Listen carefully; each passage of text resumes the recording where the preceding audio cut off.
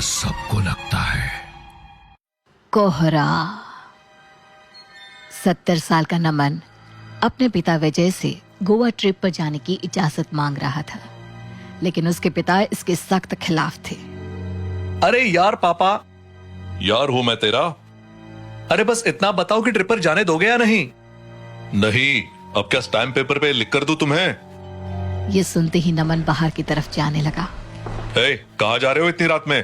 अरे इतनी ठंड हो रही है, बाहर कोहरा भी है, इस टाइम पर बाहर जाना ठीक नहीं है। गोवा तो जाने नहीं दे रहे हो, अब क्या चाहते हो? घर से भी नहीं निकलूं?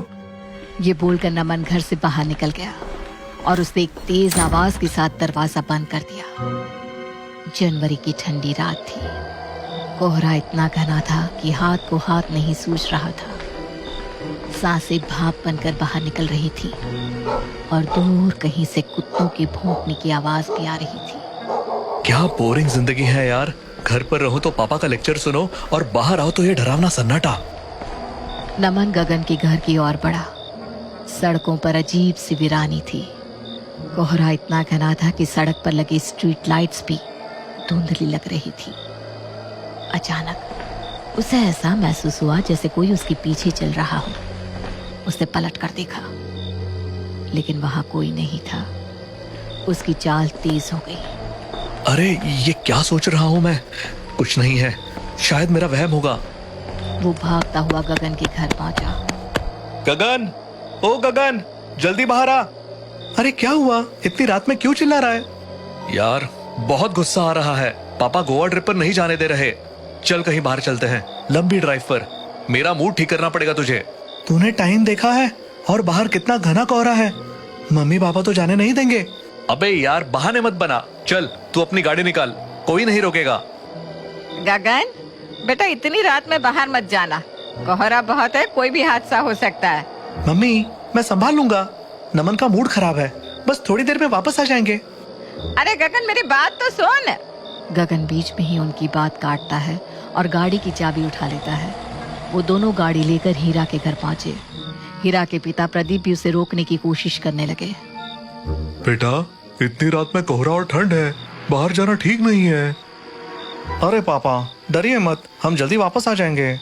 प्रदीप कुछ कह पाता उससे पहले ही हीरा गाड़ी में बैठ गया। तीनों दोस्त अब गाड़ी में थे। कोहरा इतना घना हो गया था कि गाड़ी की हेडलाइट्स भी बेकार लग रही थी। सड़क पर सन्नाटा और ठंड इतनी थी कि खिड़की बंद होने के बावजूद शरीर कांप रहा था। गगन गाड़ी थोड़ा तेज चला। अरे भाई जितना हो सके उतना तेज चला रहा हूँ, लेकिन सारा नजारा ही गायब है कोहरे में। अरे यार मुझे तो ठीक नहीं लग रहा, वापस चलते हैं। तू तो हमेशा डरपोक ही रहेगा, चुपचाप बैठ। अचानक उनकी गाड़ी के सामने एक बड़ा ट्रक आ गया। गगन ने स्टीयरिंग व्हील घुमाया और किसी तरह सब बाल बाल बच गए, लेकिन इस घटना ने सबकी सांसें रोक दी। गगन ने फौरन गाड़ी तेज कर दी। यार ये क्या था? अगर थोड़ी सी भी देर हो जाती तो कुछ भी हो सकता था। मैंने कहा था वापस चलते हैं, मेरी बात सुननी चाहिए थी। अब तो बच गए ना, बस चुप रह। जैसे जैसे गाड़ी आगे बढ़ी, माहौल और अजीब होता गया। उन्हें ऐसा लगने लगा जैसे कोई उनका पीछा कर रहा है। गगन ने जल्दबाजी में एक गलत मोड़ ले लिया। यार ये कौन सी जगह आ गई? ये रास्ता मैंने कभी नहीं देखा। अबे क्या कर रहे हो? तुम ही ड्राइवर हो, हमें सही से ले चलो। गगन बस गाड़ी चलाता जा रहा था, लेकिन कोहरा इतना घना था कि गगन बार बार गाड़ी धीमी कर रहा था, क्योंकि कुछ भी दिखाई देना बंद हो चुका था। ठंड की वजह से उनके हाथ कांप रहे थे। यार कैसे भी निकलते हैं यहाँ से, मुझे घर जाना है। गगन गूगल मैप खोलकर चेक कर, मुझे लग रहा है हम कहीं गलत आ गए हैं। हाँ ठीक है, देखता हूँ। गगन ने गाड़ी एक तरफ रोक दी और मोबाइल निकाला। जैसे ही उसने गूगल मैप चेक किया, उसकी आंखें हैरानी और डर से फैल गई। ओह माय गॉड, ये क्या है? हम ब्लैक शैडो रोड पर हैं। Black shadow road? ये वही रोड है जिसके बारे में मशहूर है कि ये हॉन्टेड है। हम यहाँ कैसे पहुंच गए? यहाँ तो लोग दिन में भी आने से डरते हैं। हे भगवान, लोग कहते हैं यहाँ जो एक बार आता है वो वापस नहीं जा पाता। बकवास बंद करो और गगन तुम गाड़ी वापस मोड़ो, हमें यहाँ से निकलना होगा। गगन ने जल्दी से गाड़ी स्टार्ट की और यू टर्न लेने की कोशिश की, लेकिन जैसे ही उन्होंने गाड़ी घुमाई, मोबाइल का सिग्नल पूरी तरह गायब हो गया गूगल मैप काम करना बंद कर चुका था। अब क्या करेंगे? सिग्नल नहीं है, रास्ता भी समझ में नहीं आ रहा। मैं बस अंदाजे से चला रहा हूँ। हमें किसी भी तरह इस रोड से बाहर निकलना होगा। क्या अंदाजा? कुछ भी दिख नहीं रहा। लगता है हम कहीं फंस गए हैं। गाड़ी धीरे धीरे आगे बढ़ रही थी। तभी तीनों को ऐसा महसूस हुआ कि कोई उनका नाम पुकार रहा है।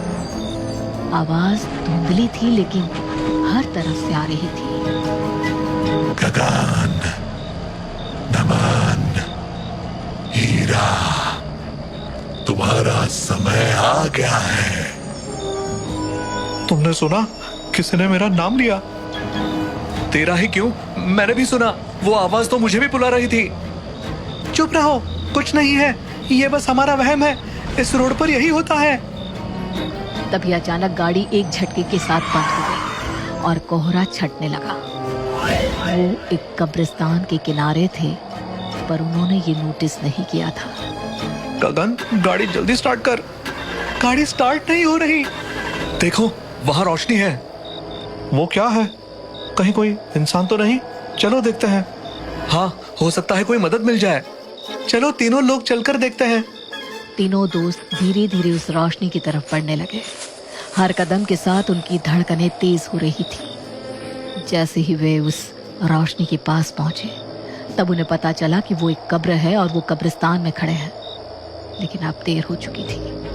अचानक कब्र का ढक्कन खुला और अंदर से एक कंकाल जैसा हाथ बाहर निकला। अरे भागो, भागो यहाँ से। गाड़ी की तरफ दौड़ो, जल्दी। तीनों वहां से भागते हुए गाड़ी के पास पहुंचे। उनकी सांसें थम सी गई थी। तभी अचानक पीछे से हीरा के पिता प्रदीप की आवाज आई। हीरा, तुम यहाँ क्या कर रहे हो? मैंने तुम्हें मना किया था ना। पापा, आप यहाँ कैसे? अब ज्यादा सवाल मत पूछ और घर चल। प्रदीप ने हीरा का हाथ पकड़ा और उसे घसीटते हुए ले जाने लगा। गगन और नमन पीछे से चिल्ला रहे थे। हीरा, मत जा, ये कुछ गड़बड़ है। अरे, ये तुम्हारे पापा नहीं हो सकते। कुछ ही दूरी पर प्रदीप ने हीरा को गले से पकड़ा और हवा में उठा दिया। प्रदीप की आंखें लाल हो गई और चेहरा भयानक रूप से बदलने लगा। पापा, पापा छोड़ो मुझे, तुम मेरे पापा नहीं हो।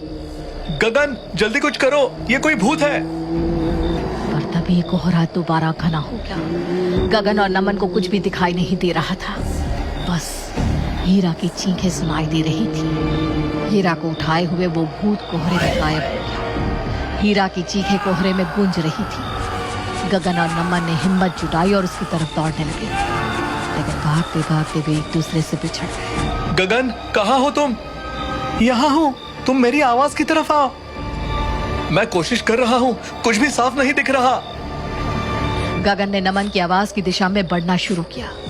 जैसे ही वो पास पहुंचा, उसने देखा कि नमन खड़ा था, लेकिन नमन का चेहरा अजीब लग रहा था। उसकी आंखें लाल थीं और उसके होंठ एक डरावनी मुस्कान में खींचे हुए थे।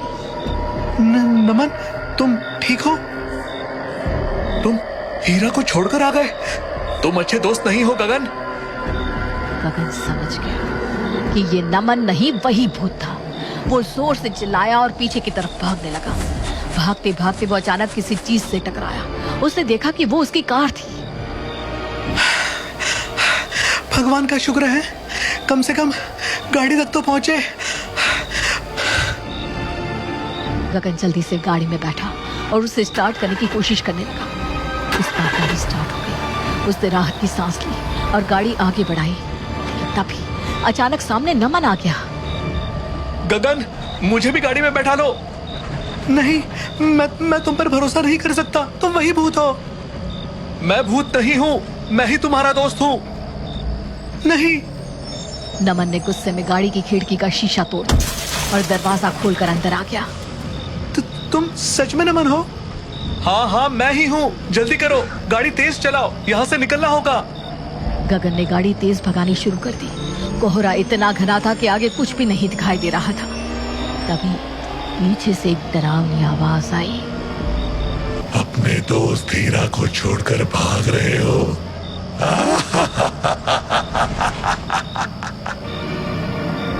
उस पर ध्यान मत दो, हमें बस यहाँ से निकलना होगा। गाड़ी किसी तरह मेन रोड तक पहुंच गई। दोनों ने राहत की सांस ली। लेकिन जैसे ही वो थोड़ा और आगे बढ़े, उन्हें सड़क किनारे एक कार दिखी जिसका एक्सीडेंट हो रखा था। गगन ने गाड़ी रोक दी और दोनों बाहर निकलकर देखने लगे। ये हमारी ही गाड़ी जैसे क्यों दिख रही है? देखो, इसमें ये हम ही हैं। कार के अंदर उनकी खुद की लाशें पड़ी हुई थी। तीनों के चेहरे खून से लथपथ थे। ये कैसे हो सकता है? हम तो जिंदा हैं।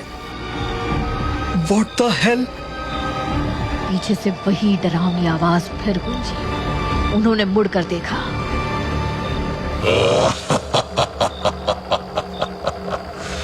मैं भूत नहीं, यमराज हूँ और तुम लोग उस ट्रक से टकरा कर मर चुके हो। चलो, तुम्हारा वक्त पूरा हो चुका है। क्या? नहीं, हमें थोड़ा और समय चाहिए। नहीं, ये नहीं हो सकता। यमराज ने उनकी बातें अनसुनी कर दी और दोनों को अपने साथ ले जाने लगे। उनकी चीखें कोहरे में गूंजने लगी, लेकिन उनको सुनने वाला कोई नहीं।